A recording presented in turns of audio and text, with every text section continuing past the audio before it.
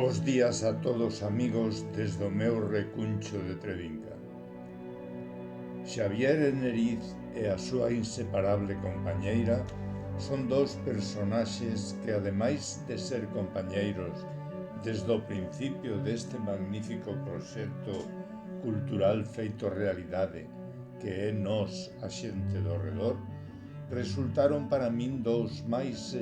entrañables, convertíndose en dous amigos leais, conseguindo achegar en min unha importante dose de calma no meu interior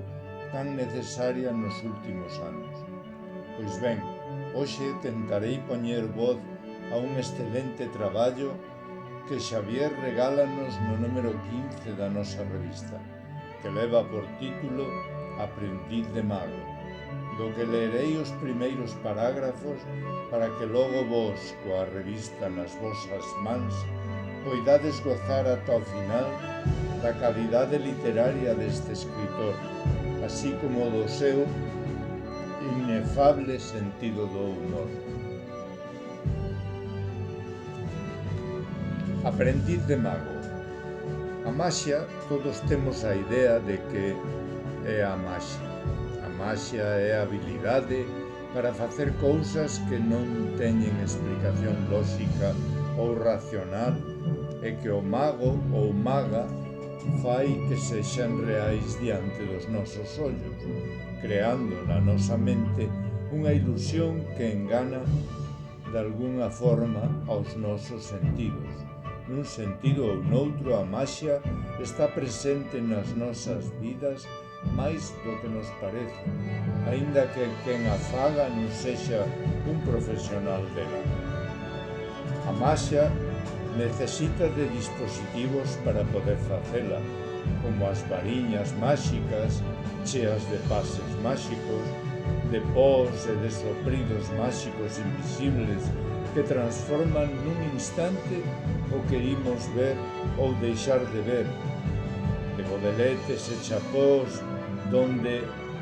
saen e escóndense cousas, de animais que aparecen e desaparecen, convértense noutros, de panos, de cordas, ata de coitelos e lume necesita a maxia para ser maxia e ilusión.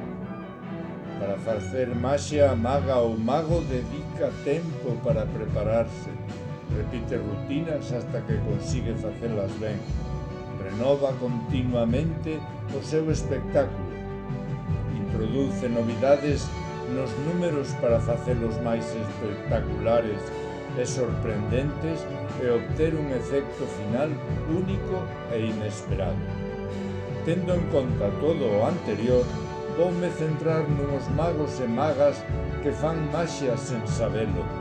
que cada día poñen diante nosa os seus mellores números co desexo de que nos agraden, que dedican moito tempo a preparalos para que todo estea ben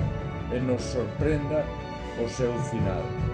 Refírome ás cociñeiras e cociñeiros, tanto profesionais